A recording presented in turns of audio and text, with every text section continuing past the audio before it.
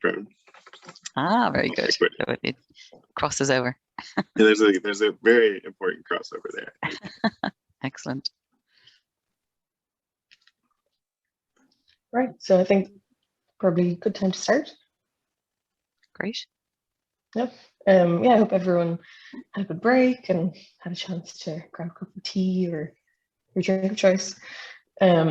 So we'll crack into the next or last part of session 2. So this will consist of a talk given by Yasmin Sheikh, who's the founder of Diversity Matters. And then this will be followed by a panel discussion with Aileen Doran, who was introduced earlier, and Gráinne Wolf. So Gráinne is a director in the Dublin office of ARB and is part of the management team. With over 28 years experience across a diverse number of highway, flooding and railway infrastructure projects. She is the senior EDI representative for ARB Ireland and works closely with the HR team to implement their vision that all members feel respected, valued and included. I will now hand over to Yasmin if you would like to introduce yourself. Thank you, Amy. Great to be here. And some of you may recognise me. We did an EDIG conference a couple of years ago.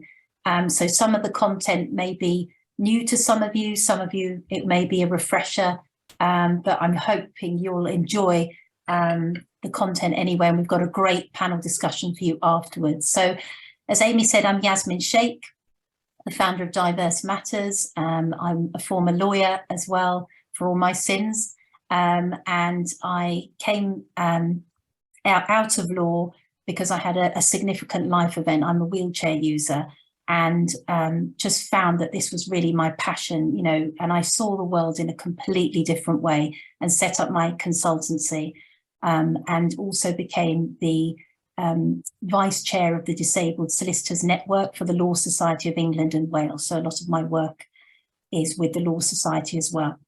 So without further ado, I'm going to start the presentation. It's probably going to take about half an hour, I reckon. And what I'd love for you to do is I'd love for you to feel comfortable putting questions in the Q&A section that we've got here. Someone will be keeping an eye on it, and then we can deal with it when we have the panel discussion afterwards with Gráinne and Aileen and myself. So please do just keep the questions coming and we'll deal with them at the end of the presentation. Okay, so let me share my screen with you. Here we go. So I just want to set some ground rules first of all. Some of this content may be new to some of you. For some of you, you might be familiar with the concept of unconscious bias. That's what we're going to talk about. But the ground rules are, you know, I really want this to be a safe environment in which you feel comfortable asking those questions and be really honest about what you want to ask as well. Really, this may be quite challenging for some of you. You know, we've all got biases, whether conscious or unconscious, and it doesn't make you a bad person. It's just an opportunity to raise your awareness. So, you know, be really prepared to question those beliefs you have about groups of people, where they may come from, and, you know, get comfortable being uncomfortable, because that's where the learning comes and that's where the growth comes as well. And just remember, this topic, unconscious bias, is a huge topic. I'm going to talk about it for half an hour, but it really is quite vast. So this is just a start of the conversation, and it involves, you know, learning afterwards as well. So be prepared to do the work afterwards. Okay. So what is unconscious bias? Well, I want to start with this first of all. Some of you may remember this from last time, but there's a story about a boy and his father who have been in a terrible car accident. The father dies in a crash and the son's on the operating table, and the surgeon says, "I can't operate. This is my son." Now, for those of you who already know this scenario, don't answer in the chat. You'll be giving the answer away. But those who haven't come across this scenario, what are your thoughts? Just put it in the Q&A, see what you say.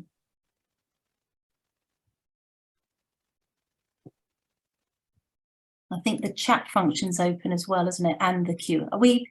Yeah, Q&A. Okay.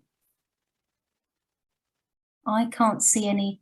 Aileen, can you see any answers yet? I don't know if I'm looking at the right thing, but.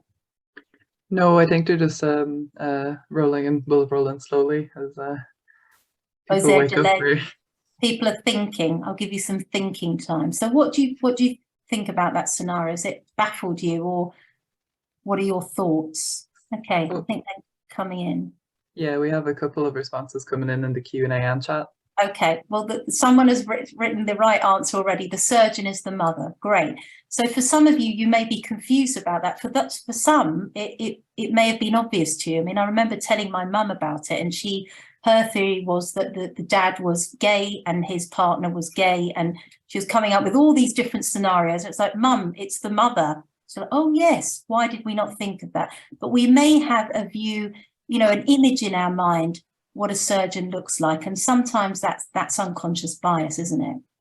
I'm going to show you a picture now. So I'll describe the picture. So this is a group of Indian ladies, Indian heritage. They're wearing very bright saris, and they look like they're celebrating something and hugging each other. Now, what do you think when you see this picture? Just put it in the Q&A section. Or the chat. I think some people are looking at the chat. So I've got answers from the last one. Wow, I completely didn't consider that. That's scary. I know it is, isn't it? Yeah. Right. Well, I'm flicking from celebration, happiness. Yeah, absolutely. Okay. Anyone else? What do you think when you see this picture?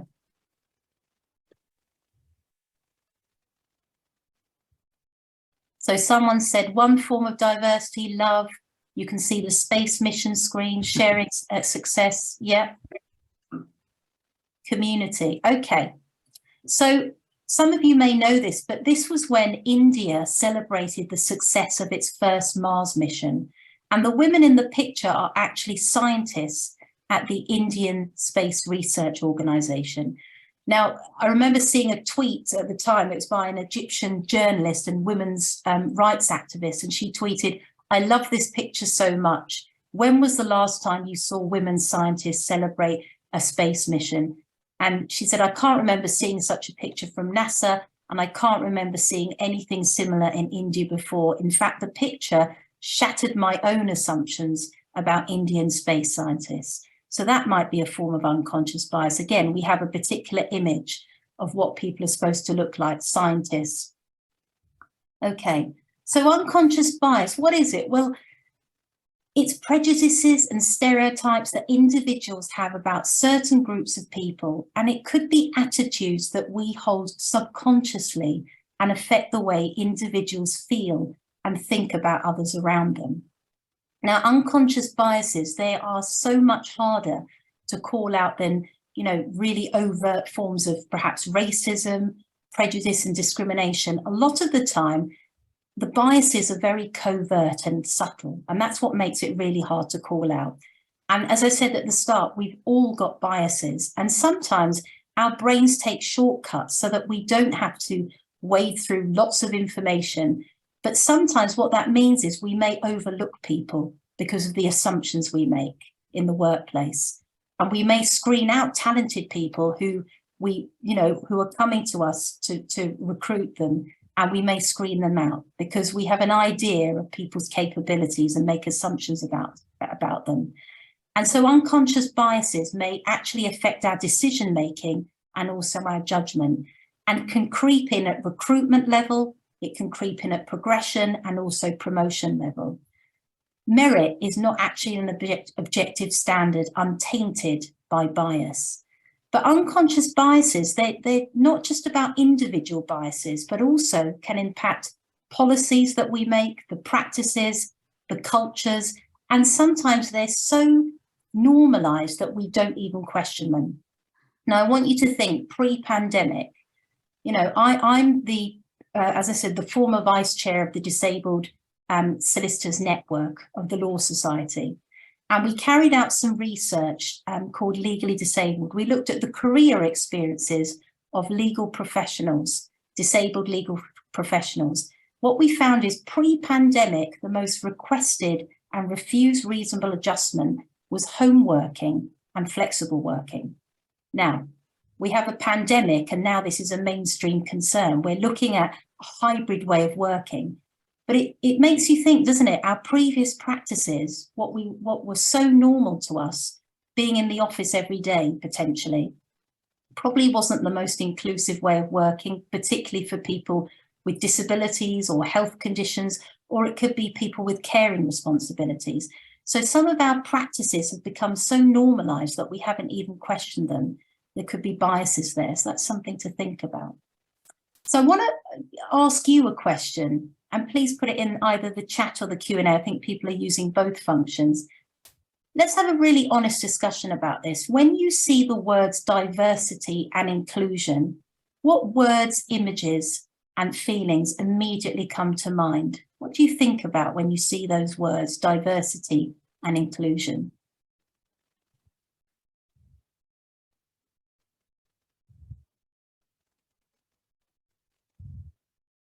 So I can see people of colour, progress.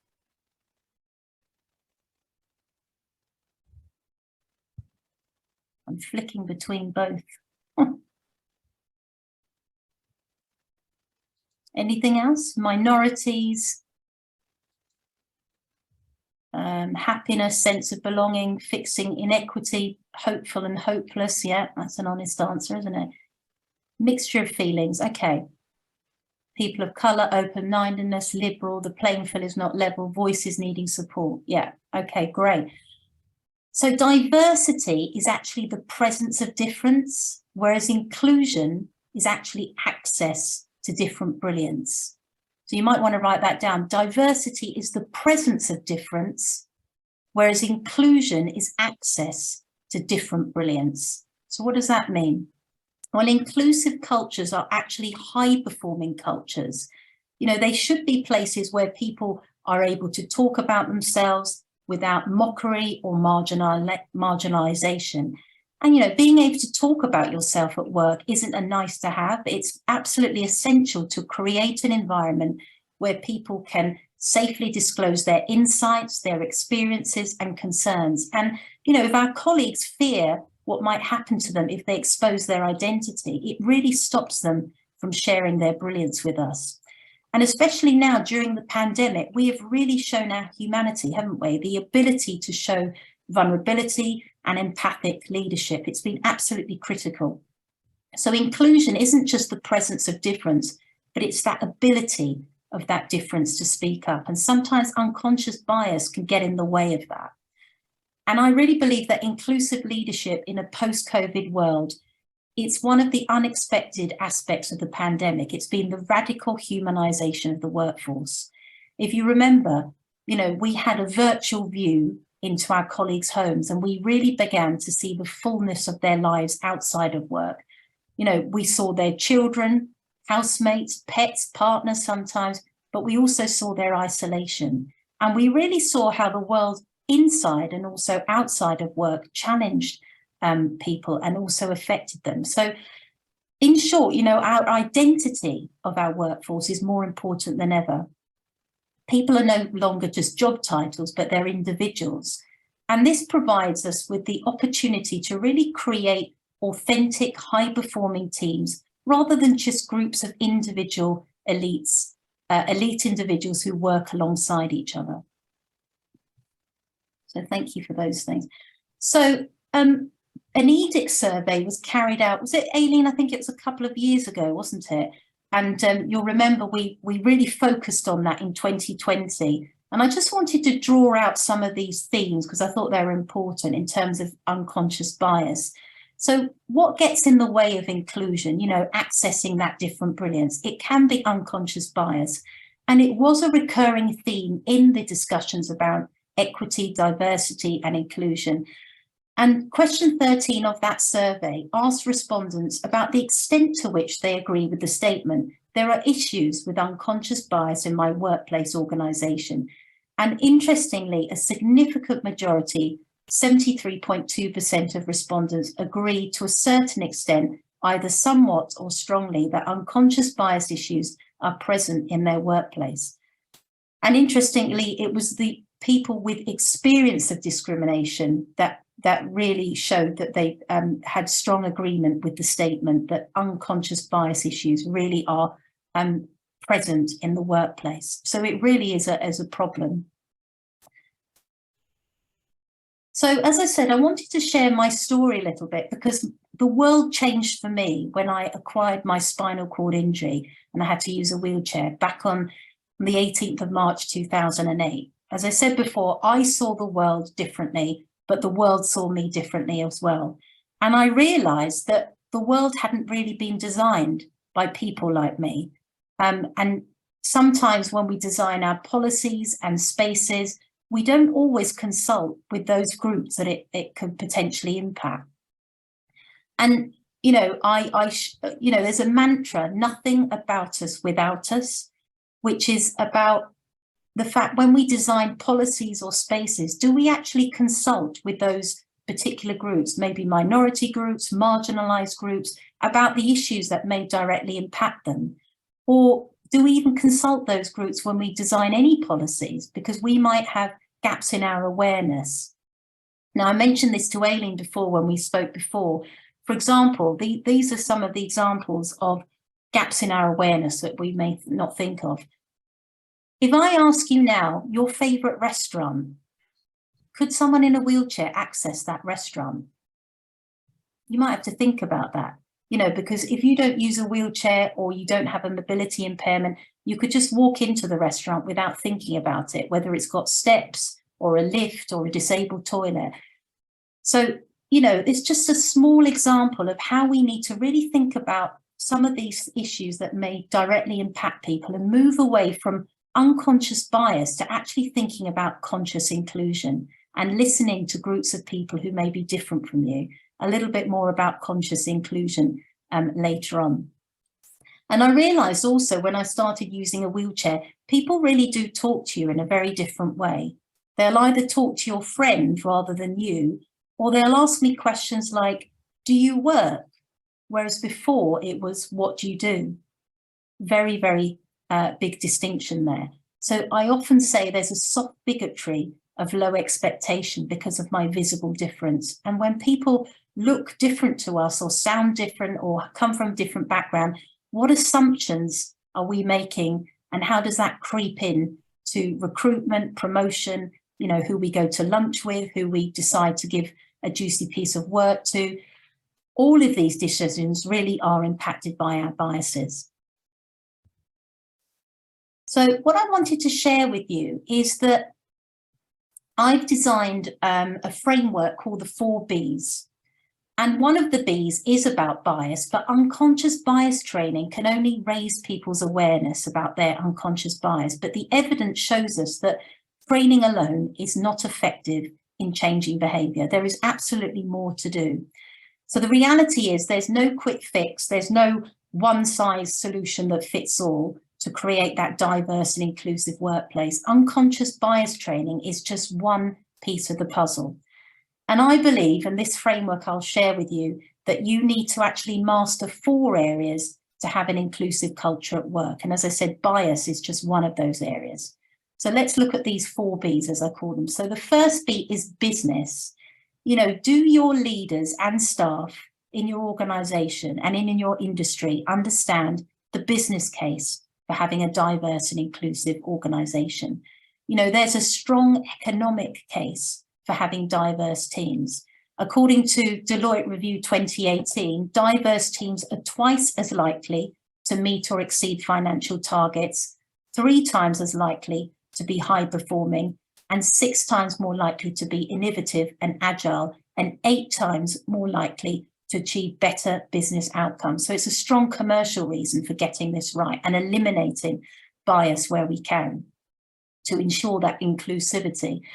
There's obviously as well a risk to the business if we get this wrong. You know, a strong business case, damage to reputation, potential tribunal claims, employee morale and productivity can also decrease. So business is the first B.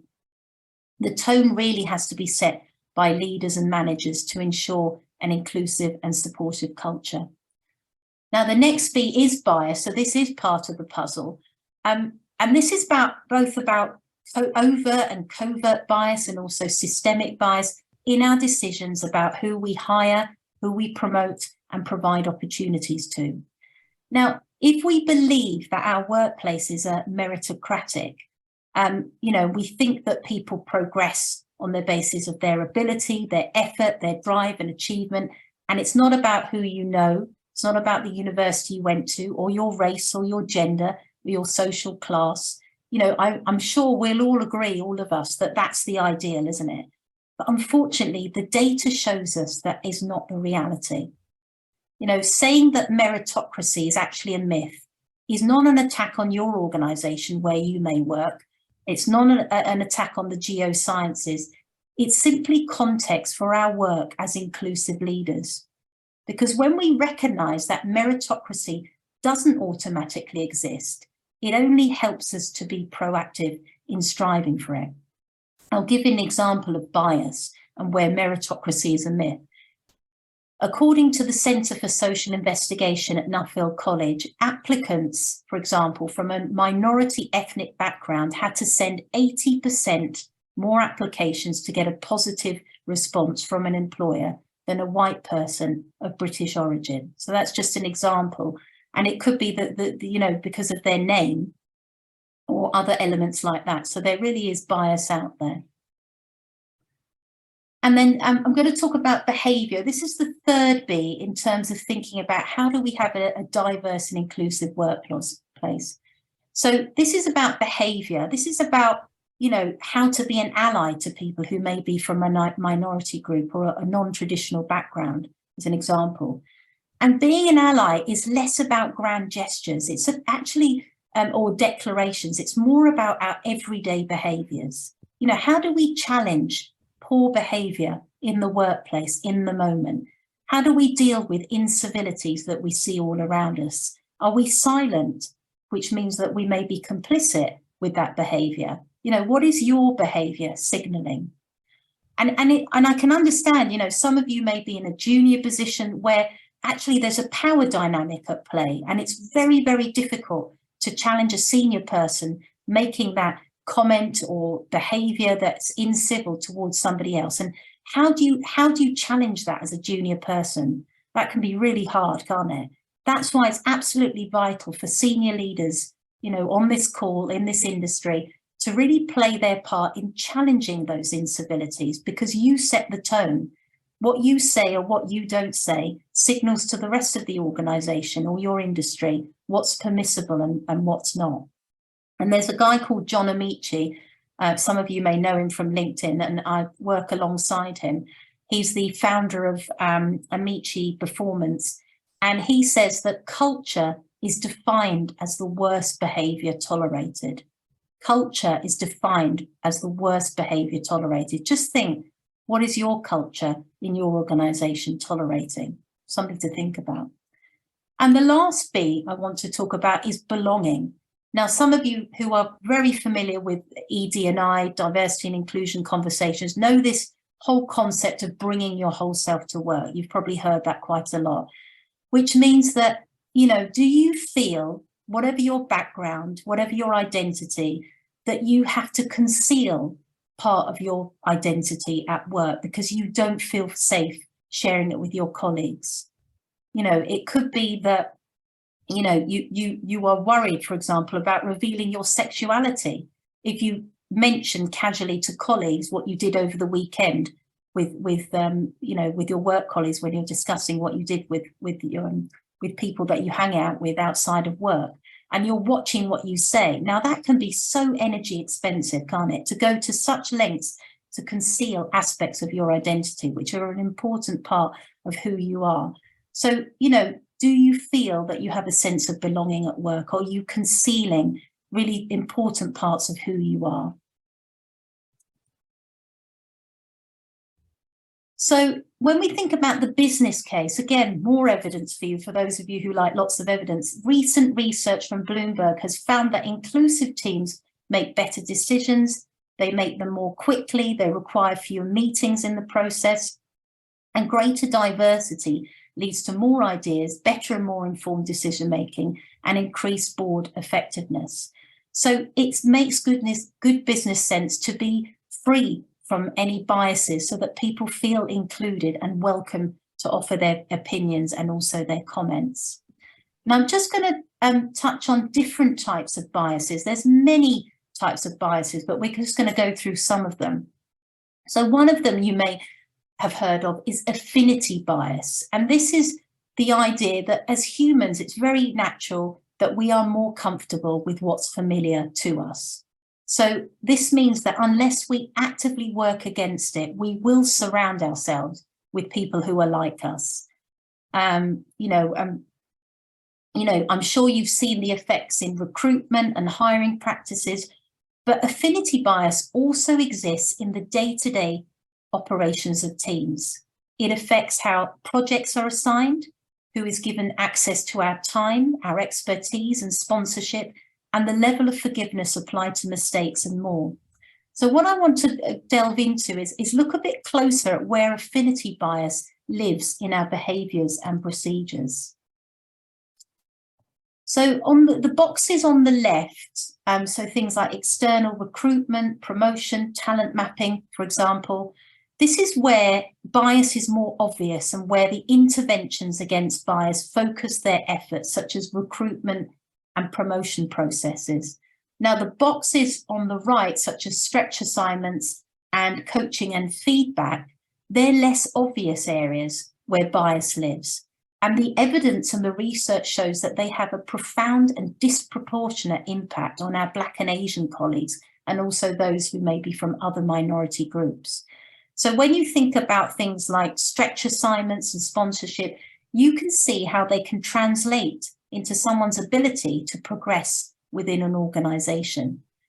What this chart also does is highlight that, while some of you may not be in recruitment and you may not be able to influence what happens there, you can absolutely have an impact in those less obvious areas where bias lives as well. Excuse me, another type of bias, confirmation bias. So some of you may have heard of this. This is looking for information that supports our beliefs and ignoring details to the contrary. Now, we all do this to some extent. It's probably getting worse because of social media and algorithms. We all live in our echo chambers, who we associate with, the papers that we read, the websites we look at, the friends we have on Facebook, who we follow, the tweets and everything. But how do you challenge your own thinking? Do you read from different sources? Do you appreciate different viewpoints? How do you avoid that confirmation bias to really challenge your own thinking and your beliefs as well? And perception bias, this is, stereotyping people based on a group they belong to. So I used the example before. People now say to me, because of my visible disability, do you work? Whereas before it was, what do you do? Again, this is not meant from a place of malice or ill intention. It's just sometimes the biases that people have, perhaps about people with disabilities. And it's sometimes a soft bigotry of low expectation, which can be very wearing and corrosive, particularly for those who have visible differences. So I can see there's some comments and questions here, which is great. Keep them coming, because we'll deal with those at the end in our panel discussion. So microaggressions. Now, this is another type of bias, and some of you may be familiar with this concept. It refers to the casual and subtle comments, slights and behaviours which colleagues may intend no malice, but could be quite harmful when it comes to impact. So some of this you may think, gosh, this is a bit, people are oversensitive and it's an innocuous comment. But sometimes it's described like a death by 1,000 paper cuts. Now, sure, on their own, microaggressions can seem fairly innocuous, but it's the cumulative effect. And it can be really exhausting dealing with these on a daily basis.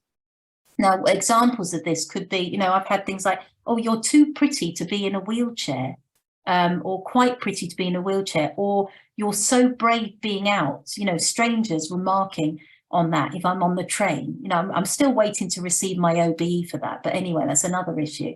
But it's sometimes quite wearing, and again, it's meant with no malice. It's almost like a backhanded compliment, but it can display our unconscious biases, perhaps low expectations, and be seen as backhanded compliments. Now, some of you may be thinking, well, you know, it's not meant to insult. It's an offhand way of just talking. But, you know, sometimes we have to reframe our focus from our intention and look at the impact that we're having. That's why it's absolutely vital that we build our awareness and fluency to prevent this accidental harm to our colleagues. Because some of this is, yes, very subtle and sophisticated and much harder to call out if it's not blatant, overt discrimination.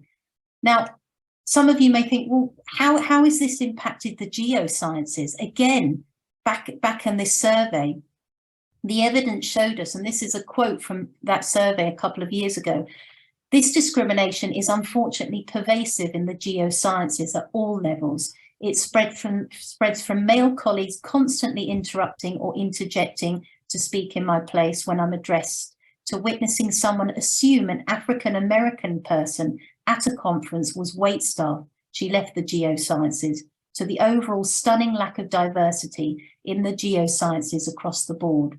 Another quote says, constantly subjected to jokes about being a woman, my colleagues were asked, where's the cute blonde girl? People wouldn't take me seriously, constantly asked if I need help with basic tasks, etc. So some of this just can get in the way of actually getting on with your job. And if it happens day in, day out, it's very, very exhausting. So I'm just going to briefly talk about 3 types of discrimination: overt, covert, and institutional systemic bias. So some of this, well, overt is blatant discrimination, name calling. I think we're all familiar with that type of bias, but unconscious bias is more insidious and covert and a little bit more sophisticated. You know, we've mentioned before, it can result from unconscious patterns of thinking that lead to very quick decisions, who we hire, who we listen to, who we consult when we want to talk through a problem. Who do you typically go to? Think about that. If you want to consult someone about a problem you're experiencing in the workplace, who do you socialize with? Who do you provide work opportunities to? Just think about the decisions you're making. Are you going to the same people all the time? And everyday bias could be the things that we say. You know, minorities are more likely to be interrupted, not invited to speak, cut short, constant criticism, or never praise for their work as well. Again, something that was taken from the survey. This is a quote: the majority of attendees spoke or directed their questions to my spouse, even though he said they should talk to me. But it can also be non-verbal. Again, this is when it can be so hard to call out, because people might think, gosh, you're paranoid, or, you know, where do you get that from? But it could be where we sit, our posture, not looking at someone. Again, this is a direct quote from the EDIG survey. The senior manager ignored female staff and did not engage with training or guidance. Instead, the manager chose to train and engage with subordinate male colleague who was not working in a pertinent role. So all of this, you know, can be very, very wearing. And some of you may think, gosh, Yasmin, you're depressing me this evening or this afternoon where you are. How do we counter this? What can we actually do about this? Well, there is something we can do. You know, let's be hopeful. There are many ways that we can avoid unconscious bias at work. The fact that you're spending time with us today at this conference shows that, you know, you're halfway there in terms of wanting to raise your awareness. We can educate ourselves. And what I'm saying is not just relying on minority groups to educate you and to do the heavy lifting. Sometimes we rely on our minority colleagues who, you know, perhaps have a lot to deal with themselves. We can choose to educate ourselves about this topic if we want to. Books, podcasts, there is a wealth of information out there. So we can actually get educated about this subject if we choose to do so. So it's not, the heavy lifting isn't always up to our colleagues to help us. And also ACAS, which stands for Advisory, Conciliation and Arbitration Service, which is based in the UK, basically works with millions of employers and employees every year to improve workplace relationships. They're an independent public body and they receive funding from the UK government. And I looked at their website earlier and they come up with brilliant ways to avoid unconscious bias at work. I'm just going to go through some of them. You might want to write some of these down. So what can we do? We can advertise a job vacancy in at least 2 different places to reach a wide range of people from different backgrounds. That's one way of trying to eliminate unconscious bias, is the advertising where we choose to advertise. We can get recruitment managers to agree to make each other aware if they notice stereotyping. So we can call out our colleagues and have conversations, you know, get comfortable being uncomfortable is actually to call it out and have to have that conversation. There's a lot of name blind CVs that people are doing. So they're holding back some details on job application forms, such as the applicant's name or sex, that could affect recruiting managers' opinions. Because remember, you know, that statistic I shared with you, ethnic minorities who had a sort of an unusual or different sounding name were discriminated against just based on their name, even if they had exactly the same qualifications or potentially overqualified. So we could remove the names or the sex of the person on the job application form. What else could we do? We could allow more time to make decisions, for example, on recruitment, promotions or grievance and disciplinary outcomes. And also really good practice that ACAS recommends is keeping a written record of why decisions were made, because that will help us form our decisions about whether bias has crept in there. Keep a really good record of that. And then I've mentioned allies as well. That's another way we can counter it. So, you know, allyship is about prioritizing someone else's dignity over your own personal comfort. So when we have to call out an incivility, maybe it makes us uncomfortable, but think about how we could be potentially helping colleagues in a situation so they don't have to always do the heavy lifting and call things out. And it's about using your platform or any powerful position that you have to enable access to equal opportunities to those who may lack it. Allyship is also about really simple things. Even if you're not powerful or influential in your industry or organization, you can listen to who is dominating the discussion on a conference call. You know, you can encourage other people to speak up. You could do something simple like have coffee or lunch with somebody new that you haven't really got to know. You could allocate a challenging piece of work to someone whose potential you've not previously recognized. These are all things we can do on an individual basis as well. And I've mentioned this phrase, conscious inclusion. When we actually get educated about our biases, you know, we listen to our colleagues, we become allies, we read about it, we can then move from unconscious bias, which I think actually sometimes frees us from thinking, oh, it's my issue, it's not my fault, I don't know anything about it, is actually moving towards conscious inclusion, listening to people who have a different experience to you and consciously including them in policies and spaces that you're designing for people. And lastly, again, so that it's not all doom and gloom, there's some brilliant resources out there. And I'm going to leave that up so you can either screenshot it or take a note of the link, which will help in terms of trying to eliminate that unconscious bias. So I don't know how long I spoke for. Maybe I overran there, apologies, but I'm hoping that will give you enough time for questions, thoughts, anything you want to ask the panel. And let me stop sharing my screen now. So Aileen, are you introducing us or or Amy's done that, hasn't she? I was going to say I might jump in, Yasmin, just as first of all, say that was really thought-provoking. Thanks so much for it. And I suppose just some of the reflections that I had was, I suppose, the kind of the bias, as you said, look, everybody has their biases, and it's something that we're probably not even aware of until it's pointed out in a lot of cases. So I think the conscious inclusion piece is something that we in Arab certainly have been looking to try and introduce in a cleaner way, because those biases, you know, individuals, myself included, like we don't know what we don't know, and it's trying to then find the ways that we can actually counterattack in a way, and find ways that we kind of are already proactively bringing the cultural piece maybe around how we work against those biases to help people really kind of identify ways around the biases without necessarily calling them out, because they suddenly then become part of the culture. I'm just curious as to whether that's something that is actively happening more than, you know, we would have historically done that bias training or unconscious bias training.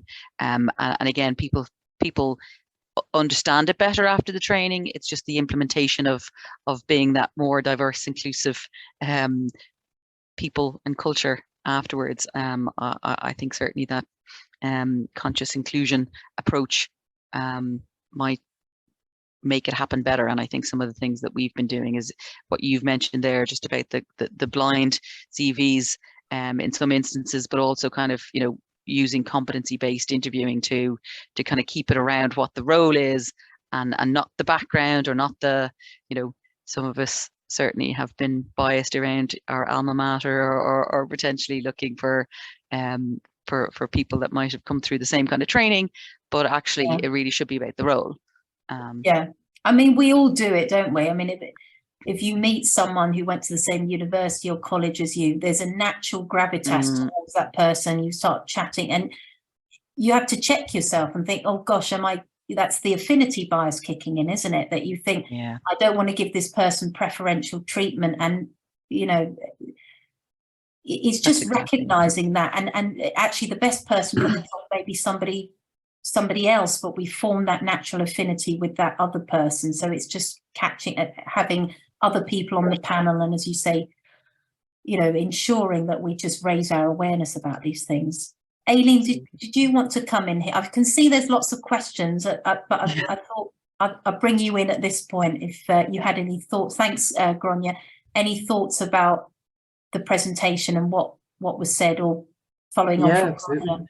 Well, I think just to begin with, it was a great presentation. So really, I could talk about a lot of different elements, but for me personally, there was a few bits that really kind of stood out and I guess hit home in a way. And in particular, it was being comfortable with being uncomfortable, because as someone who is, I've always really struggled with that in like different settings, about kind of bringing up some of these situations, different challenges and different experiences. And I often find it easier to talk about other people's than my own as well. But in particular, one of the other elements of your talk that I think is really important, and especially from a geoscience point of view actually, was the kind of engagement level about the nothing without us, or nothing about us without us, because I think that's a premise that really feeds into just about everything we do in geoscience. It really links into this whole social license side, and like my own background is economic geology, and we hear a lot of really bad stories about economic geology, and there's really bad reputation with the public, and there's this whole movement now to have the stakeholder engagement and how we need to engage with people at every level in all these different ways. So this is already something that a lot of people do in like geology and things, and it's just not really fully being applied in the EDI sphere. And I think it's something like this kind of whole concept of bringing all the conversations together, because we can learn so much from all the other work that people have already done. So it's not necessarily about reinventing the wheel, it's about learning and from what's already there and seeing how we could tailor to our own selves. I think that's why I really like that, the nothing about us without us. But yeah, there's a lot of different elements to your talk. I think we could talk about. That was I mean, I can't claim credit for that one. That was taken from civil rights movements, and I think it particularly in this work, it's really important, isn't it, to never, why would we implement policies and design spaces without consultation? And this is why, you know, having a lot of organizations have employee resource groups or networks, if you like, or affinity networks, I think they sometimes call them, so that those people can act as like almost like a consultation board to HR and other sort of departments in an organization, so that they feed back as to and give their lived experience as well. And again, we've all got gaps in our awareness about certain things. Exactly. But I think those employee kind of groups are really vital. Certainly we've found that be able to understand, because again, you might not just have your biases, but your assumptions around what are the issues. And if you're not listening to staff and the people that are in those kind of maybe more minority groups saying what the issues are, you're really not going to be tackling it from the right angle. So I think it's vital to have those voices explain the issues that they're encountering, so that we can then find ways to try and mitigate that, and look for them to help us find the ways that will actually really meaningfully impact. I also think it isn't just about, because a lot of people feel perhaps even marginalized because they think we're just talking about, in England we say the protected characteristics, you know, race, gender, ethnicity, those groups of people who have protection in legislation not to be discriminated against. But I think diversity and inclusion is so much broader than just the protected characteristics. It's also, it's in everybody's benefit to have an inclusive workplace, to feel free to express themselves, you know, to challenge behaviour. This can impact everybody, really, can't it? It's not, you know, mental health, well-being, that impacts everybody, no matter what your background, race, religion, ethnicity, sexuality is. I mean, it may be those marginalised groups have some additional challenges and different experiences, but I think it is in everybody's interest to have an inclusive workplace. Gráinne, I can feel you're desperate to say something. I was yeah, because what it strikes me as is, like, so a lot of the feedback that we've been getting from staff engagement is just basic inclusion around projects, you know, so being part of a project team in a way that you understand what that project is. You're not just doing a specific task on that project, you're actually understanding what it's about. You're in those kind of meetings where the key issues are being discussed, and it might be, you know, you might be a very junior member of staff, and sometimes historically project managers think, oh, you know, we don't need to include everybody because it's going to cost us a bit more money or whatever. But actually, that's the real kind of feedback that we're getting, is people just want to be included in what the project is, in seeing what is being delivered, and that cuts across all aspects of diversity. It's just that basic inclusion piece, that I think if you got that right, it would cut across all of the diversity aspects. So keeping that to the forefront, I think, is really important.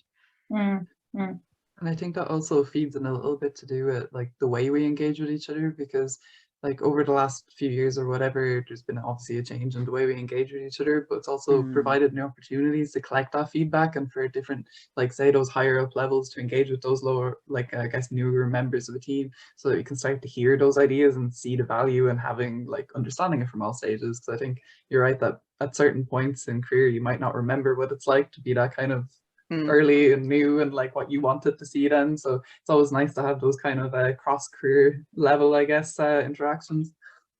And that was something that you mentioned in some of our get-togethers before, Yasmin, was just that kind of reverse mentoring to allow that to happen. Because you know, genuinely, I believe that it has to be kind of, you know, if it's a culture of a company, it has to be driven from top down, because that's really where the kind of the drive to get that culture across the entire company comes from. So making sure that the reverse mentoring is happening in the right way, and our leadership is completely understanding what's needed for newer staff coming through, and people have different objectives and different drivers through the generations. You might be, actually, Gráinne, you might be answering somebody who's anonymous, and I forgot to say you can anonymously send in your questions. That's absolutely fine. Saying that I find that people I work with, on the one hand, say that they're not racist, homophobic, sexist, but on the other hand, say something that is either explicitly or more often implicitly problematic. How do you make people see that discrepancy when they're so blind to it? I think one thing is reverse mentoring.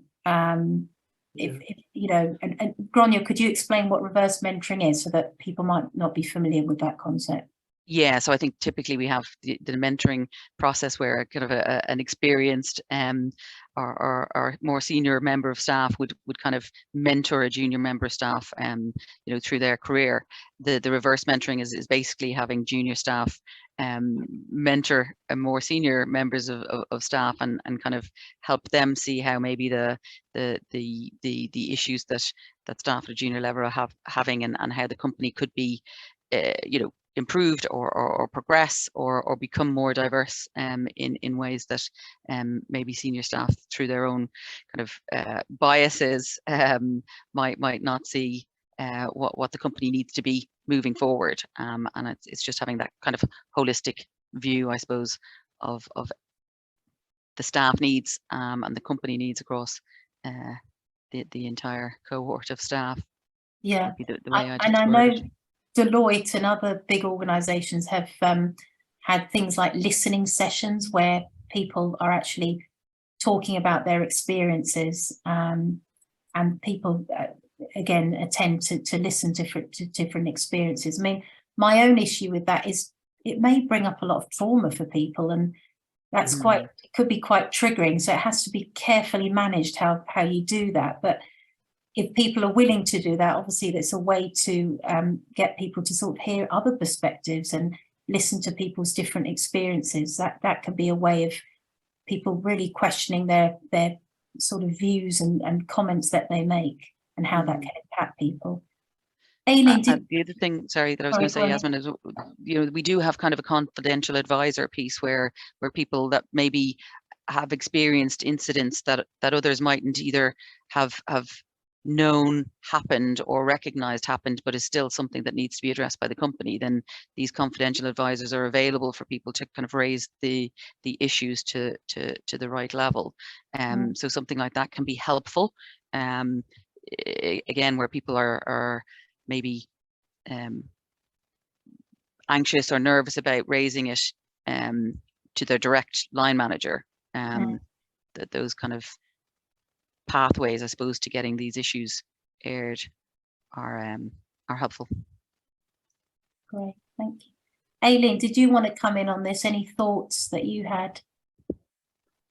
Yeah, I guess my mind was jumping around a little bit there, because I think there were so many great topics that were brought up, and I think really in terms of going back to the reverse mentoring thing, and actually before I forget, that top-down approach was something that was actually brought up quite a lot in the discussion of the earlier part of session 2. So it seems to be a really emerging theme in these kind of discussions, and realizing how we all need to be so connected. And like so one of my kind of parts of my background is I'm part of the organizing and founding team for EDIG, and if you're not kind of familiar where the initiative came from, it really started in the level of internal conversations within EDI kind of groups, so equity, diversity and inclusion within a research centre. And the reason I think that it ever came to something like, say, running this online conference that's open to anyone who'd like to join, was because the director of our research centre attended those meetings and heard those stories. And the one part I'll always remember about what he said was that he's never really in the position to hear the stories from like early career researchers, and so they're just not aware often of the challenges that are being experienced or what you can do to kind of solve them because of that. And so that's why I definitely think there's so many benefits to having these kind of multi-level conversations. And it's really, I guess, the difficult part is around how to create safe spaces and where people won't be vulnerable and judged, and kind of lots of other elements. So kind of mentioned about the anonymous reporting way, and I think that's a really potentially good way if there's kind of guidance in place for what to do. Because I know a lot of different institutes might have, say, 2 of their own employees monitor that email, and then might not be a dedicated HR person. So I guess it's a little bit to do with the individual group or organization as well. Yeah, and really actually I'm just picking up what one of the comments was there in the Q&A around, you know, mentoring targeting. That's kind of a conversation we would have had as well. And I agree. I think that, you know, people are more open to it where they have maybe that mindset anyway. But equally, I think it allows the issues to be identified, and ideally even enough people who are interested that can then find the ways to maybe get those issues made aware across the entire cohort at a senior level, and work to get the actions in place. I don't think I think the mandatory piece, I think, becomes something then that's a little bit more laborious on people, and it might turn them off, as opposed to having them open to ways we might improve, as opposed to forcing them to be in a position that they mightn't make the best use of. Yeah, and it's true. We did speak about this before, that you're going to get people who are kind of open to listening and have some sort of self-awareness and want to improve their awareness about other people. But my view on this is that you will always, in any organization industry, get those dinosaurs, and we all know them, don't we?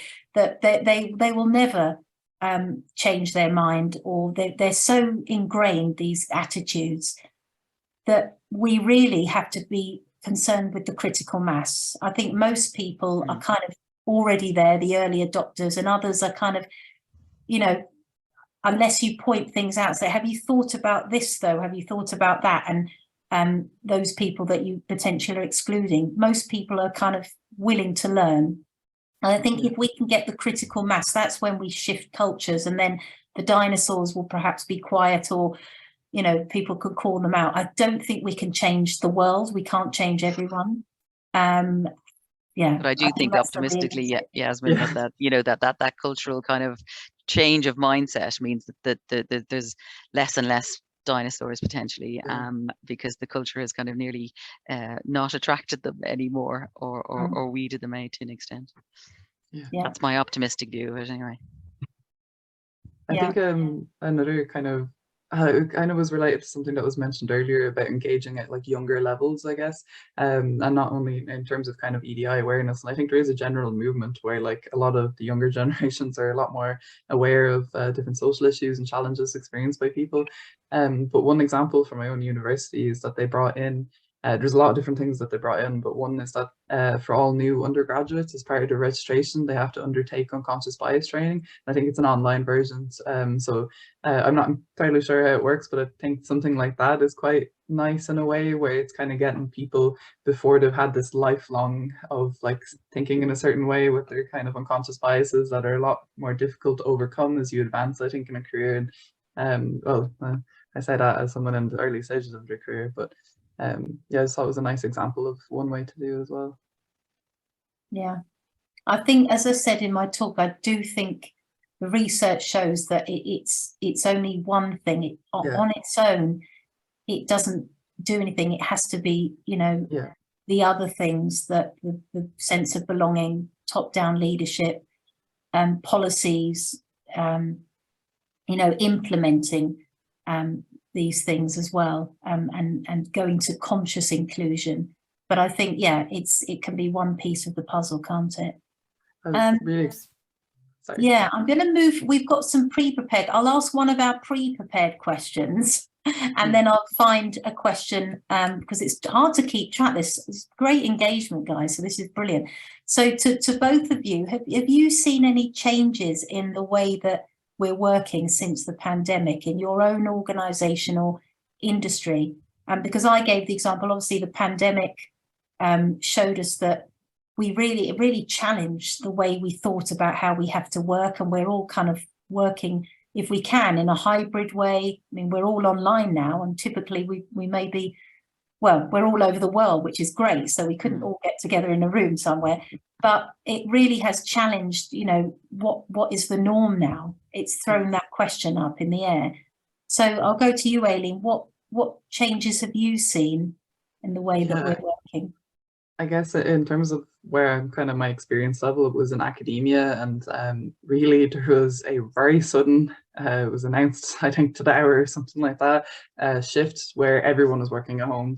We were basically the group, especially in Ireland, where we had very strict lockdowns for a long time. We were just told to go home, and that was it. And it was maybe a month and turned into many months.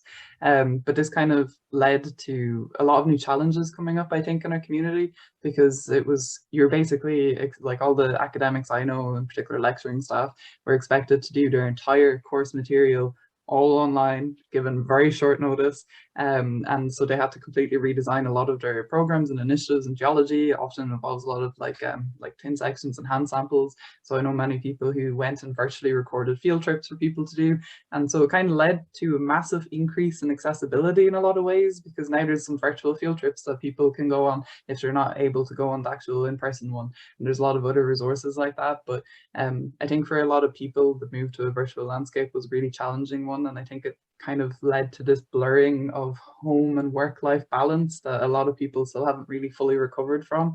But now it's also quite nice in terms, not that part, sorry, the hybrid element of it, because not all of us are kind of being forced back into the office. We have the option of going in or out, so it's a lot more flexible in a lot of ways. So if you kind of prefer that flexible lifestyle, it can be quite good.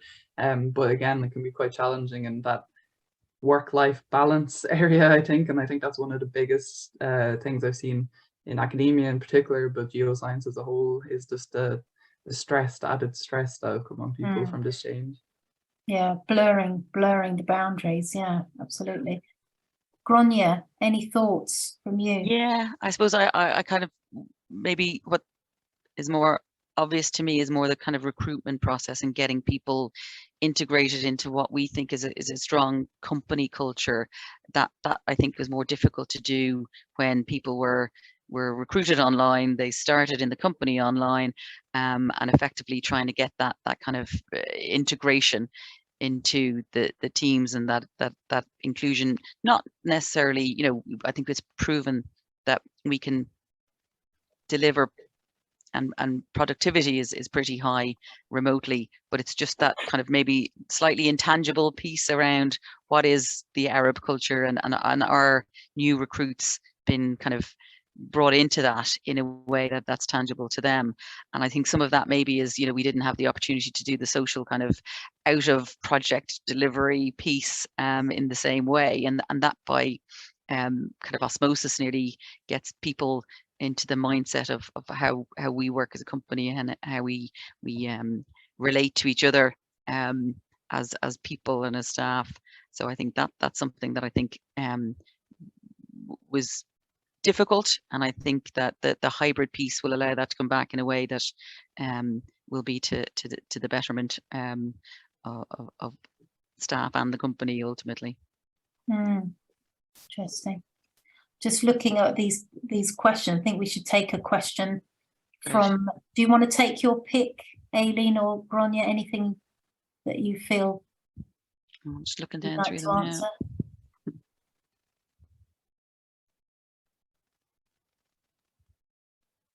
I suppose the first one there is just around, you know, including women in the geoscience realm and motherhood, not always being part of that support.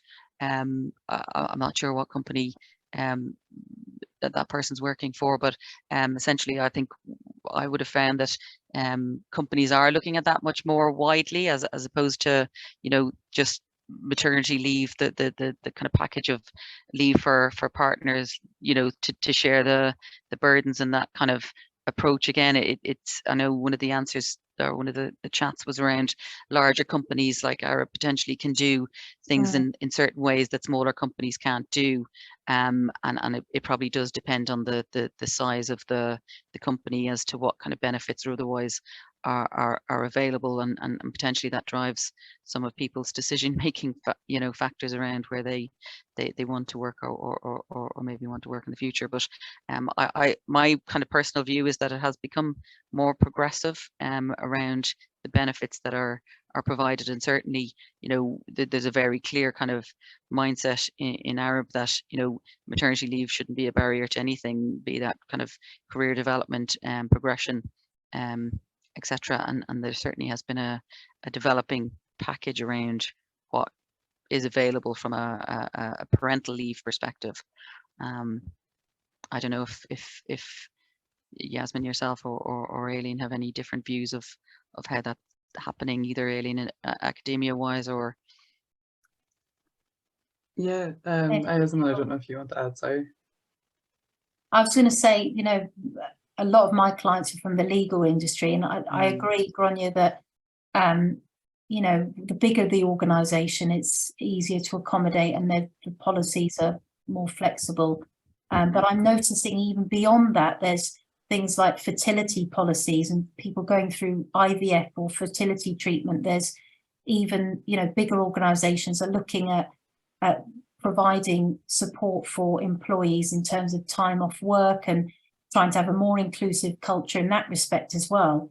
So I'm noticing it's gone even beyond maternity, but those people who perhaps trying to get pregnant or starting families and having issues, it's gone even beyond the maternity paternity packages. So inclusivity it's so vast, isn't it, this subject? The concern might be then, though, that it does become a divide between larger companies and maybe smaller companies that can't necessarily afford that. So I suppose, look, that's a potential concern, maybe. Yeah. Although on the flip side, I hear from clients that, a small company, you have kind of more of a family, closer group, and that can happen. And if you're in a large place, it could be, you feel like you're part of a factory or just a cog in the wheel. So it can sometimes, you can have great policies, but if you've got a line manager who's really not very inclusive and not very approachable, it's a very different culture. Doesn't matter what your policies are. Aileen. Right. Yeah, I actually think the parenting example in particular, this is something I have a lot of friends with in geoscience world that have kind of shared their experiences around it. And something in particular outside the realm of workplace, but a lot of geologists and people in lots of different disciplines go to conferences. A lot of these are in person, and a lot more of them now are being returning to fully in person and removing the virtual component completely, which I personally think is a huge shame, because really it excludes a huge host of people for many reasons. But the point for this is there's a few different parts of the world that have put a lot of time and effort into figuring out ways to accommodate parents to go to conferences so that they can be more included in conversations and make them more accessible.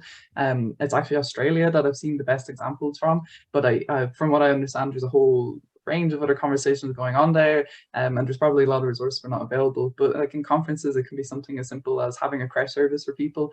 But part of the issue is that when, say, a conference organizer might do a survey, and it's to say 1,000 people, and a very limited number of those might be parents that have no other option to go to the conference with their kids, and there's no one there to mind them, or they're not able to leave them. So that entire survey will be biased, because it's going to be all of the participants saying no, they probably don't need parenting services. The conference organizers might base it on that, which means that because they're not thinking about the data from the kind of looking at it from demographics and the characteristics point of view, those people are still being excluded. But that organizing committee can be like, no, we tried.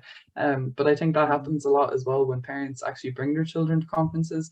That I've heard of a few different people that it's a very unconscious bias where people will kind of avoid you because they don't know how to engage with your children, or they don't really feel like they have something in common, I guess, is the kind of thing. And this actually happened at an event where as soon as that person had said it to me and we went into lunch in the next session, just about every table in that entire event was full, except for the one with a person with a really small child that was not being intrusive or horrible. So I think there's also this element of challenging our unconscious biases when we come to elements like that, and just asking and talking to people and challenging yourself to talk to people that I guess look different than yourselves, or that kind of avenue. It's very interesting. Yeah, the data's skewed already, isn't it? If those people aren't present to input in the data. Yeah, interesting.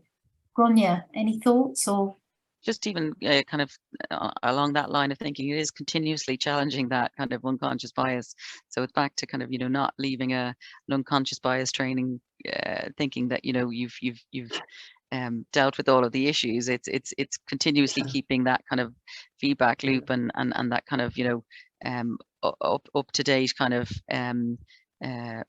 challenging, I think, of those biases that and it comes back to I suppose that kind of if that conscious inclusion approach has been taken continuously, then we're nearly kind of actively working against them anyway. That should kind of filter its way through, I think, in everybody maybe having that more kind of inclusive approach to everything they do. That means that, again, optimistically, hopefully we have more of a I suppose an inclusive approach across the board, and some of those unconscious biases aren't there anymore because they've not been allowed to foster. Yeah. Actually, that was something I really wanted to say. I was really glad that you said about how unconscious bias training is only one very small part of the overall learning journey, because I think that ends up being something that a lot of companies and organizations do to make it seem like they're very EDI aware. And I know it's a starting place, but often a lot of the unconscious bias trainings can focus really heavily on one characteristic, often gender or ethnic background. And primarily gender, I think, in a lot of like European and Irish contexts, and it just misses so much of the point as well, because there's so much more to the conversation. It's not as like simple as that, and I think we're starting to see the complexity of these issues as we've had a lot of like good few years of focusing on a lot of different specific characteristics, and I think we're starting to see the intertwinedness of it all. Yeah. I think that comes back to, you know, your first B, Yasmin, been business like, and ultimately a lot of companies are, you know, they are businesses, and where there's a clear business case relayed, you know, even people that are a little bit more kind of not receptive to the argument, you know, can be, it's the more we can build that case that clearly diverse and inclusive teams can deliver better. And the more we can cite examples of that, and I think the Deloitte review is a really good one, and I think there's probably a number of others out there that just kind of help support that argument that some of the more dinosaur-y members of staff might be more convinced by when there's a robust business case. Well, that probably links to this other question I've seen, and it's interesting. What about this sense that can be seen in younger generations, that EDI and a lot of these initiatives don't matter, or that we've already achieved what needs to be done and we don't need a lot of these programs, initiatives anymore? This isn't coming from dinosaurs at the top, this is what this person says, but instead from younger people in middle or bottom. How do we challenge that complacent attitude? Yeah, that could be your, that isn't generally my experience, I have to say. When I've engaged with younger people, I mean, again, it's probably a generalization, maybe that's my bias, but I don't see that personally.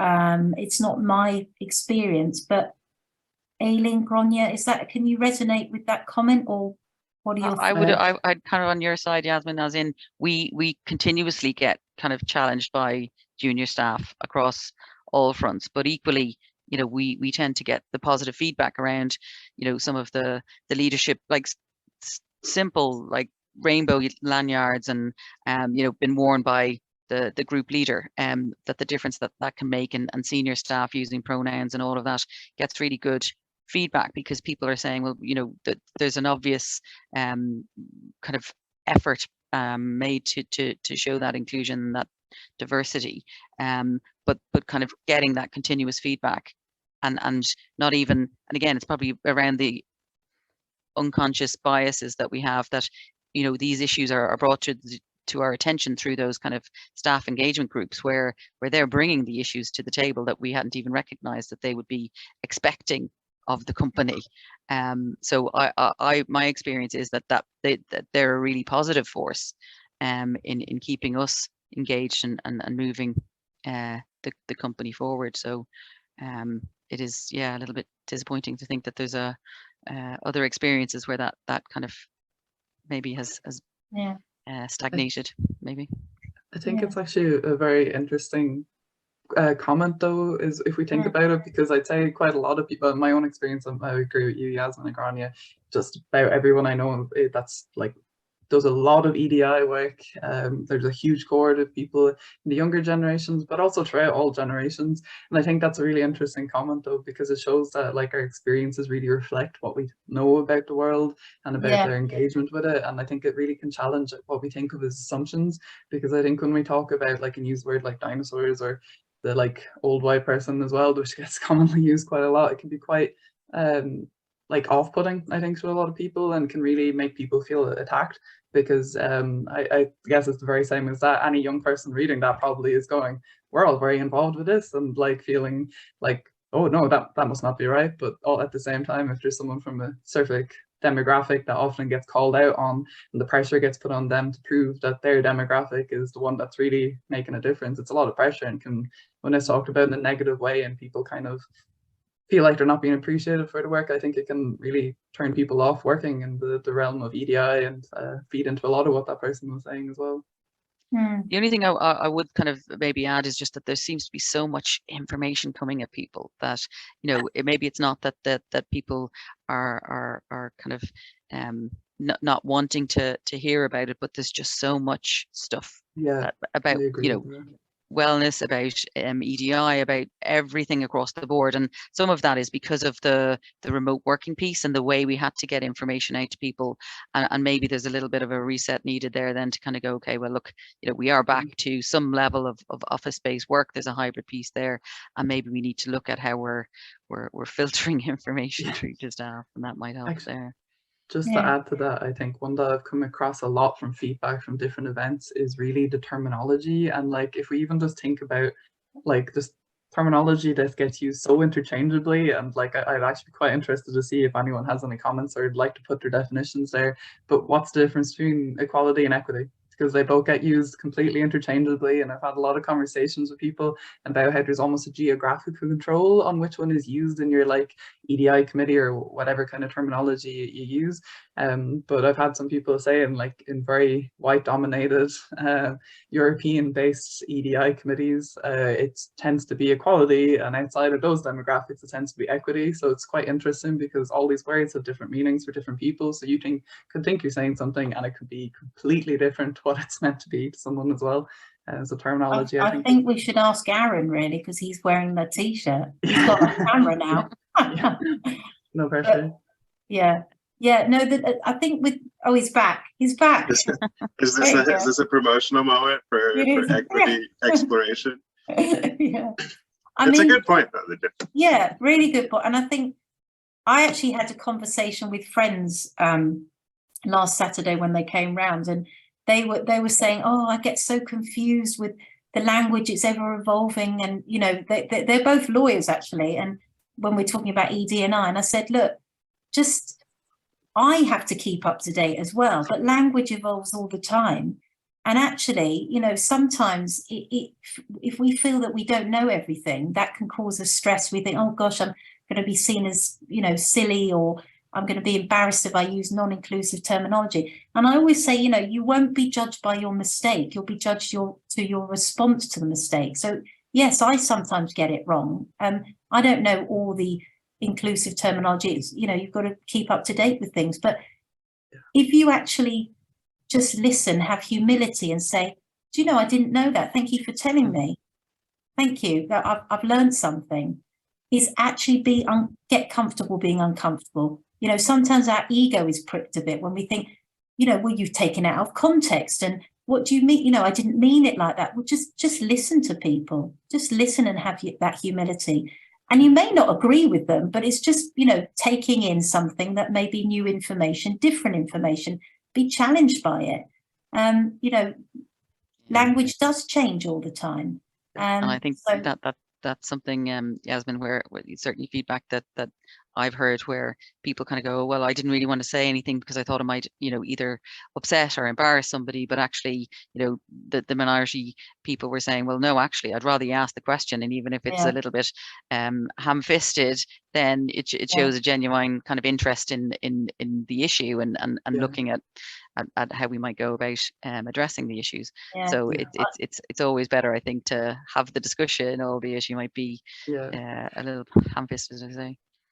I think it almost feeds into what that last question was saying as well, about not just kind of that overall trend where quite a lot of people that might begin in the EDI world tend to get a bit pulled away from it. And I think that can be for a lot of reasons in terms of like not seeing results and stuff like that. And I don't think it's specific to any one generation or demographic. I think it can depend completely on someone's experiences. But I think, I think it's something to kind of consider as we're moving forward as well. But my brain stopped halfway through my sentence, so I may have forgotten. It's late now, isn't it? I keep getting messages from Flux saying you're due to be up in 7.5 hours. I'm like, go away, I'm busy. Yeah, that's like 2 nights sleep. We've got a lot of engagement here, and I'm just trying to. Any questions or comments that ladies you want to pick up on here, or? I'm just scrolling through myself now. Yeah. Actually, just to say, so a copy of all the questions and comments and things like that are being recorded, and we will post them on our Padlet page that was introduced at the start of the session, and will also be introduced at the start of the next session, which will be introduced before we finish. That's my last promo, I promise. I'm trying to filter through ones we mightn't have touched on at all. Oh, well, that's interesting. So I've just seen this has been my experience as a younger person in industry, where using language targeting older people, or that it's an old person's problem, stops younger people from recognizing their own problematic opinions. Interesting. Yeah. Well, I think that actually filters into a lot of different elements, because a lot of the time in the EDI realm, I think people can feel like they've finished their learning journey because they know a lot about one really specific thing, and then not realize that they might have a huge cord of unconscious biases across a whole other element. And I think one message that came from the workshop 2 years ago was that having unconscious biases, and you said it yourself, Yasmin, does not make you a bad person. Everyone has them. And it is always amazing when people realize they have them. I have called myself out in so many different things that when I look back on it, and I'm just amazed I didn't realize what I didn't know. But that's the issue. No one knows what they don't I have know. a confession. I did an unconscious bias test years ago at the Law Society, and I failed it. I mean, how embarrassing is that? I'm talking about this. Yeah, I mean, it's remarkable, isn't it? I'm just noting that one, Yasmin, there about how do we encourage employees to get involved in EDI work when it's often an uncompensated, unrecognised portion of work. I'm not sure if this works in every company, but certainly we kind of have had design competitions that relate to kind of EDI issues, and kind of people getting together in teams, nearly like a mini competition around how we might kind of design a diverse kind of quiet place in the building, and then ended up it got integrated into the building as a space for everybody. So while it's not compensated in the normal way, there are probably benefits that come out of some of the way we can approach getting people involved in these things. So maybe it's just a little bit of thinking outside the box as to how people will want to be engaged in a certain company or industry, and then kind of find ways that we can integrate something that they'll be very interested in, to weave it into the kind of maybe EDI space, and foster that kind of engagement that way. I think it also filters. Oh, sorry, Yasmin. Yeah, go for it, Aileen. I was going to say, I think it actually filters to that top-down level thing, the pyramid that we were talking about as well, that like for something to be of true value, it really needs to filter and come from all levels.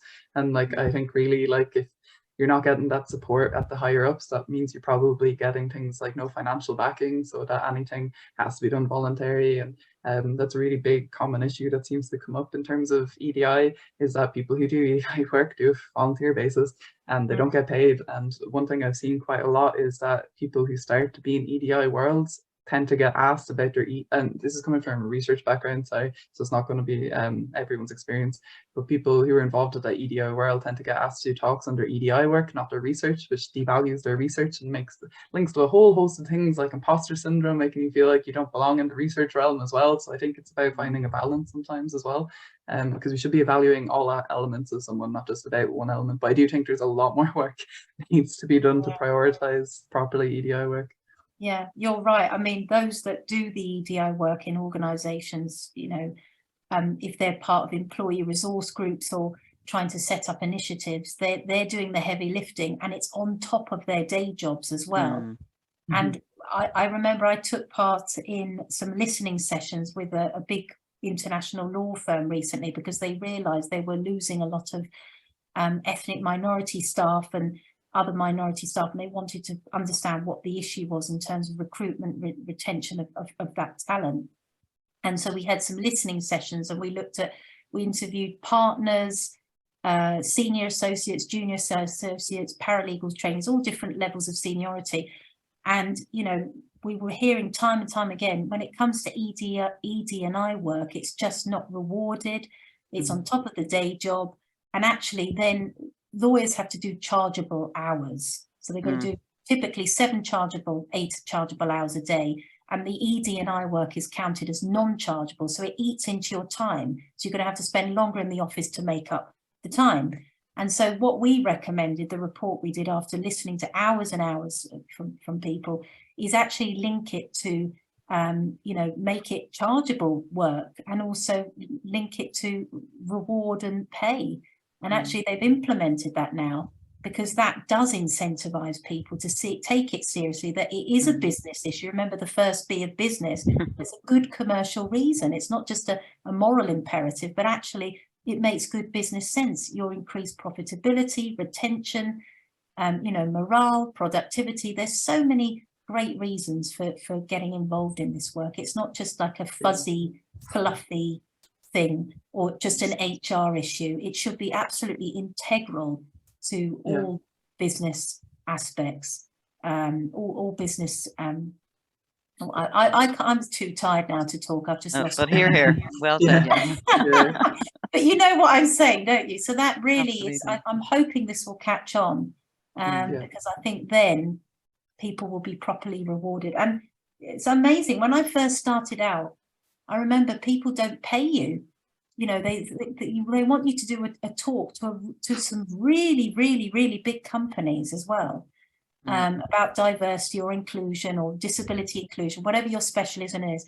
And, you know, I'm talking about, I wish I could name them, but I can't, but really huge companies, they say, oh, could you do an hour-and-a-half talk to all of our employees, but we don't have a budget? And I was just like, if you actually value this, that says, speaks volumes, doesn't it? That you don't value it and you don't think it's important, that it's just someone rocking up and giving you a nice little talk. And then you go away feeling very inspired to do what? I don't know. Anyway, I'll stop ranting now. Anyone want to feed in on anything? That's happened to me now. Okay, right. I'd just like to jump in there and just say that we're kind of coming to the end of our time. So perhaps maybe just final comments or final thoughts. Yeah, thank you for that, Amy. We were worried we wouldn't be able to fill the 40 or 45 minutes, but I think we could go on and on. So I'm glad Amy's coming to me today.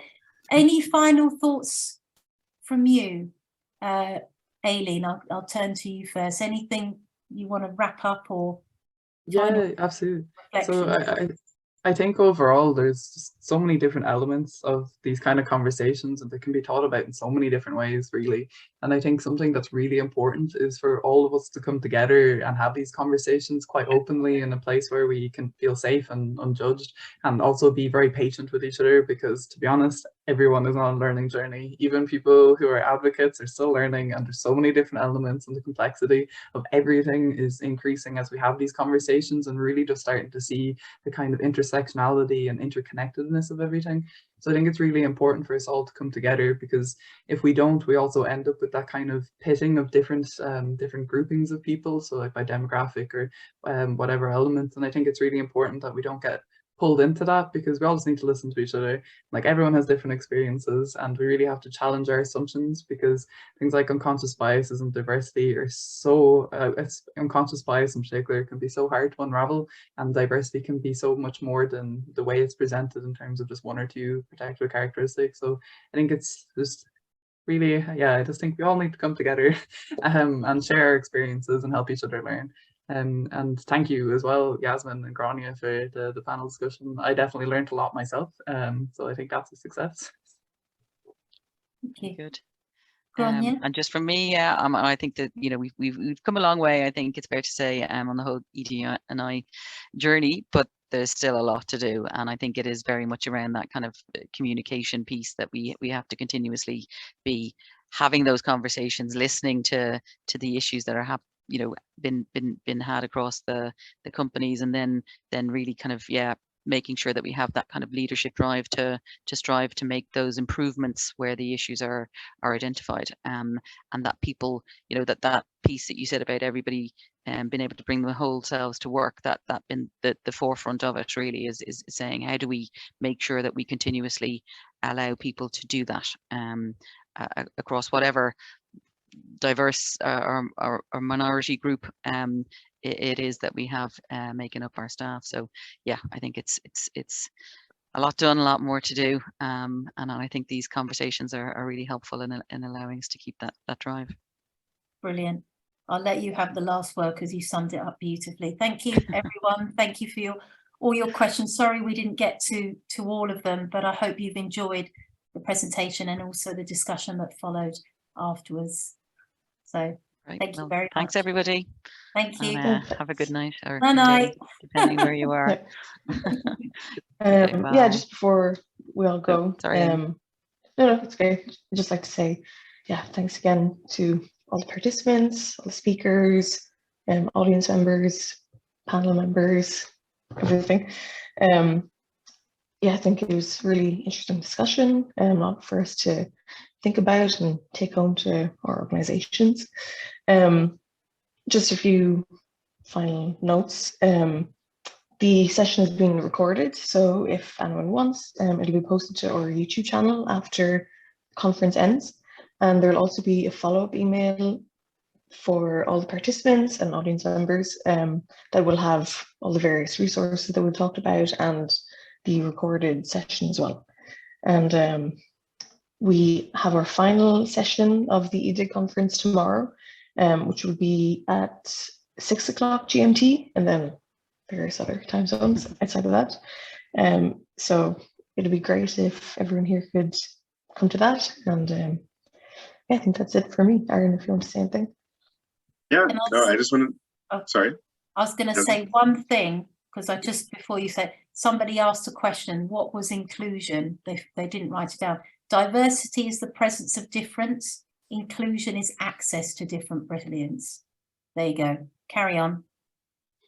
Thanks, Yasmin. Inclusion is access to different brilliance. Thank you. Yeah, it's just as important, if not the more important feature. I'm actually just want to say thank you to the organizers, and I'm very happy to be a part of this. Looking forward to seeing everyone tomorrow. I think it still fits for the Vancouver time zone almost. So I'm happy to be a part of this. And yeah, as Amy said, we got session 3 tomorrow. Title is called Where Are We Going? And it's about the future of EDI in geoscience. So if we talked today, we talked about what is needed. Tomorrow, we talk about what we're going to do about it. And so with that, I'd just like to say thanks again to everybody. Thanks to our sponsors, ICRAG and the National Science Policy Network. We're very happy to be working with so many good organizations. And yeah, we'll see everybody. Oh, also just to say the IGI as well, they co-sponsored the workshop. And IGI. Thank you. I know where I'm going. Night. Yeah. And thanks, all. Amy and Aaron, for hosting all the session as well. Cheers. Thank you. Bye now. Bye-bye. Thanks, everyone. Bye-bye. Bye.